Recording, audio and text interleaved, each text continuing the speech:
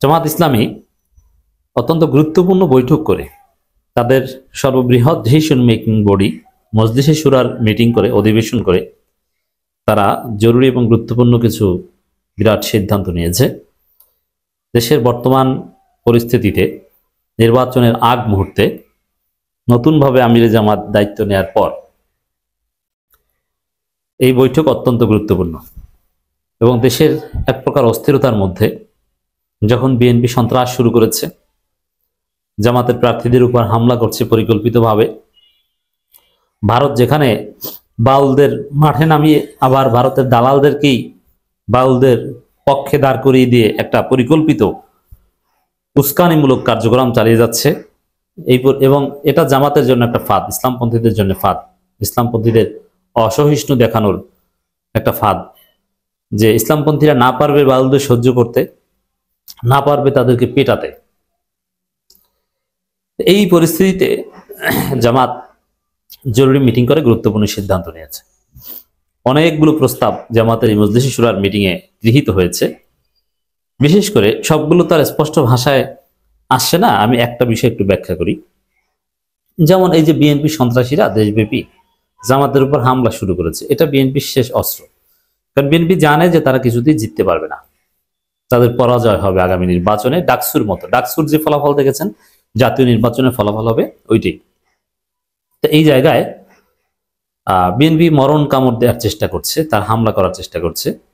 এখন জামাত যদি পাল্টা হামলা করে বা পাল্টা প্রতিরোধ করে লাঠি নিয়ে, তাহলে বিএনপি 5 মিনিটও টিকতে পারবে না। কারণ সর্ববৃহৎ দলের সাথে গণবিচ্ছিন্ন সন্ত্রাস নির্ভর দল টিকতে পারে না। এবং তরুণ প্রজন্ম জামাতের সাথে, এই তরুণদের সাথে প্যাট মোটা, চোখ ভিতরে চলে যাওয়া, দাঁত বাঁকা হয়ে যাওয়া, চামড়া ঝুলে যাওয়া ছাত্রদল নেতারা পারার কথা নয়। জামাতের শিবিরে আছে জেনজি, যারা জীবনে ভয় করে না, গুলির সামনে দাঁড়িয়ে যায়।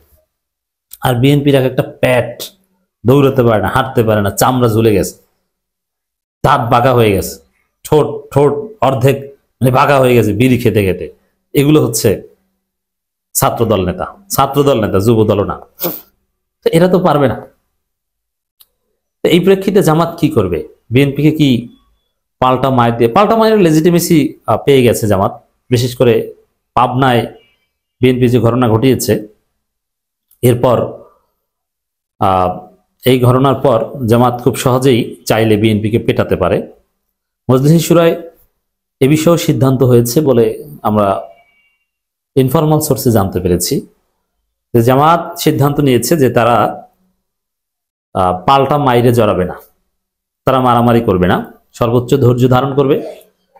বরং সন্ত্রাসের প্রতিকার যাতে প্রশাসনিকভাবে হয়, সরকার যাতে সন্ত্রাসের বিরুদ্ধে ব্যবস্থা নেয়, স্থানীয় প্রশাসনকে চাপ প্রয়োগ করা এবং যাতে ন্যায় বিচার হয়, যে কোনো অন্যায়কারীর বিরুদ্ধে যেন প্রশাসন পুলিশ যথোপযুক্ত ব্যবস্থা নেয়, নির্বাচনে যাতে লেভেল প্লেইং ফিল্ড এটা সরকারই নিশ্চিত করে, জামাতকে যেন ভুলেও লাঠি হাতে নিতে না হয়।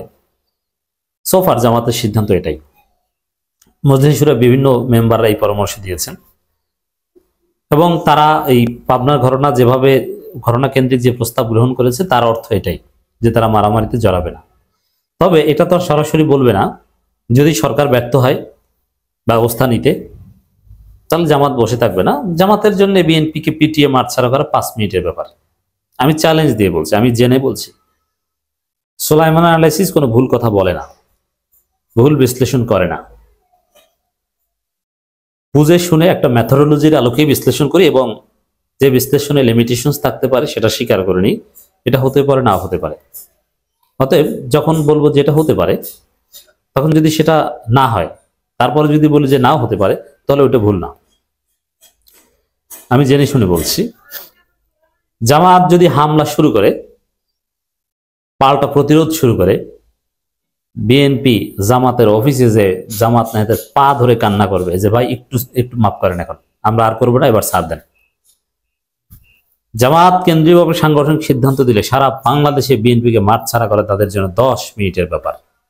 কারণ জামাত এখন সর্ববৃহৎ দল, জামাত এখন তরুণদের দল, জামাত এখন সবচেয়ে শক্তিশালী দল। কিন্তু এই যে বিএনপি সন্ত্রাস করছে, জামাত পাল্টা প্রতিরোধ করবে না, প্রশাসনিক ব্যবস্থার দিকে তাকিয়ে থাকবে, এটা বিএনপির ভোট যা আছে সেগুলো জয় বাংলা করে দিবে।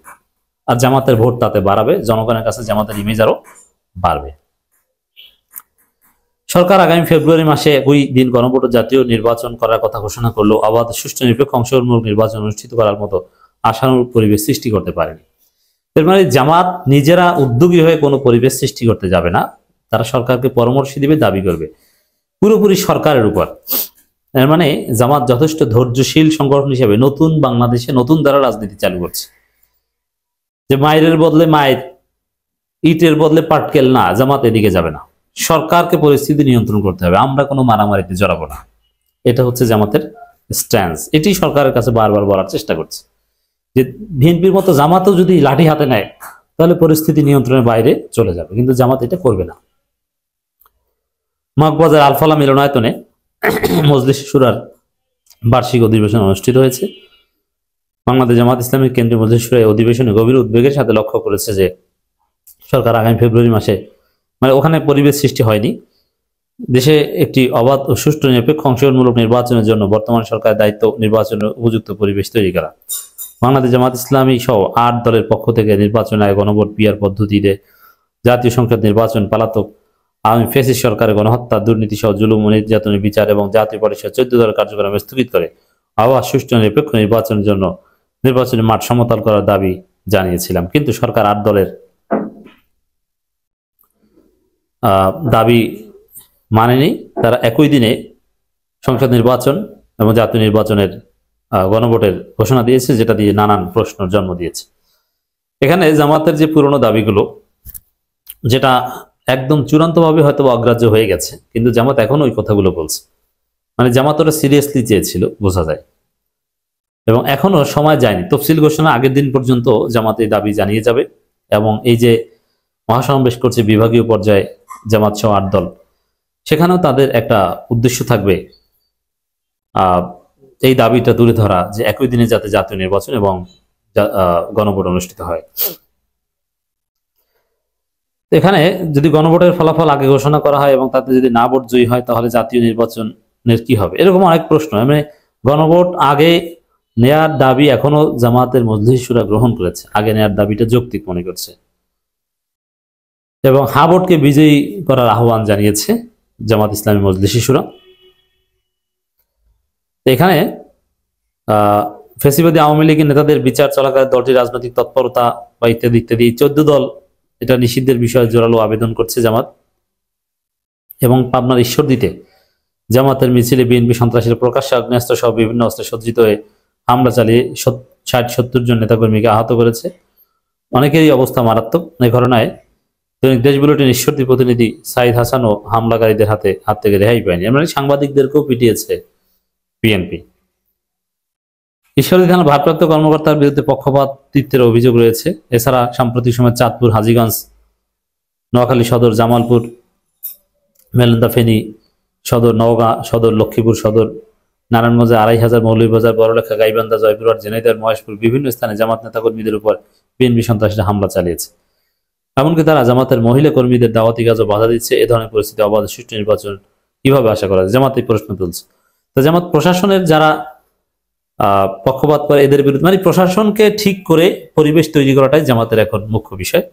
এবং এই বাউলরা যারা আল্লাহর বিরুদ্ধে গালি দিয়েছে তাদের সর্বোচ্চ শাস্তি চায়। কিন্তু জামাত বাউলদের পেটানো কিংবা আইন নিজের হাতে তুলে নেওয়া সমর্থন করে না। সরকারকে শাস্তি দিতে হবে, সরকারের মাধ্যমে শাস্তি নিশ্চিত করতে হবে।